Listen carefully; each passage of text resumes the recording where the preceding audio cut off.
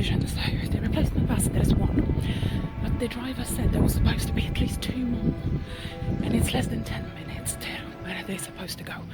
I'm not risking it, so I'm on my way to Canterbury East for my plan B, because it's more viable at this stage. I just don't trust it.